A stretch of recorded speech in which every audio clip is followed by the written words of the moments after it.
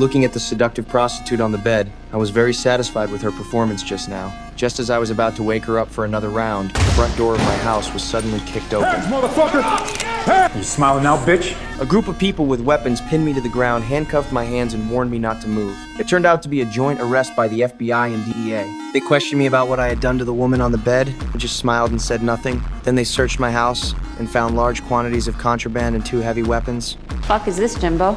Jimmy, it's an AK-47. So no possibility of reduced sentence. I got great lawyers.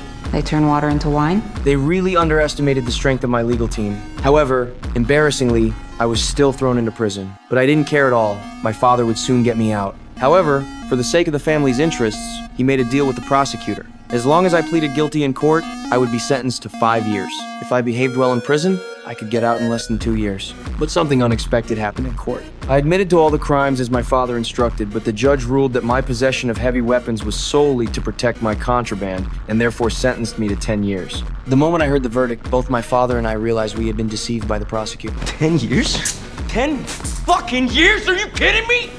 You lied to me, Beaumont! You fucking lied to me! 7 months passed quickly. That day, the prison guard brought me to the office, where sat the very prosecutor who had deceived me initially, along with a beautiful female agent named Lauren. They had discovered that I was living quite comfortably in prison, not only getting along very well with every gang, but even developing my own side business. She wanted to make a deal with me. She wanted to transfer me to another prison to make contact with a psychopath who had consecutively murdered 14 young girls to get him to reveal where he had hidden the bodies. If I could complete this task, all my remaining sentence would be commuted. But this also came with considerable risk, because not a single inmate in that prison was normal. Faced with such enormous temptation, I immediately gave my answer. I declined. No.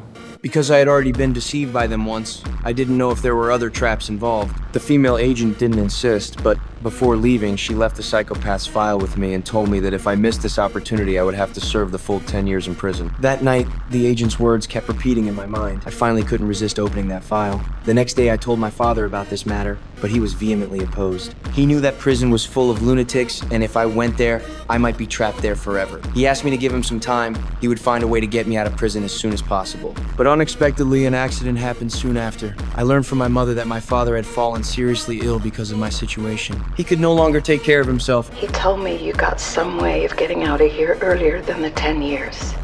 He don't got 10 years. After returning to my cell, I made my choice. Now that my father could die at any time, whether it was to be able to care for my father in his old age and see him off, I decided to accept Lauren's conditions. I'll accept the transfer and befriend this sick fucking puppy and get you what you want. So let's get to it.